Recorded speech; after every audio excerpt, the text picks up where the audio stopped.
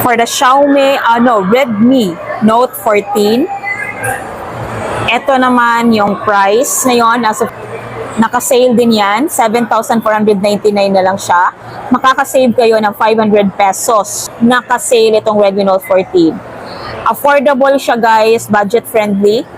Para sa mga naghahanap ng pang-gift sa kanilang mga anak, i-try nyo tong Redmi Note 14.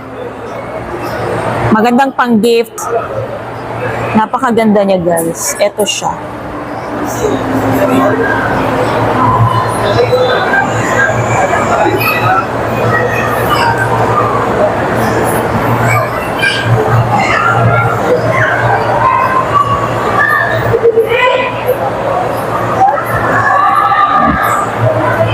Ito yung kanyang specification.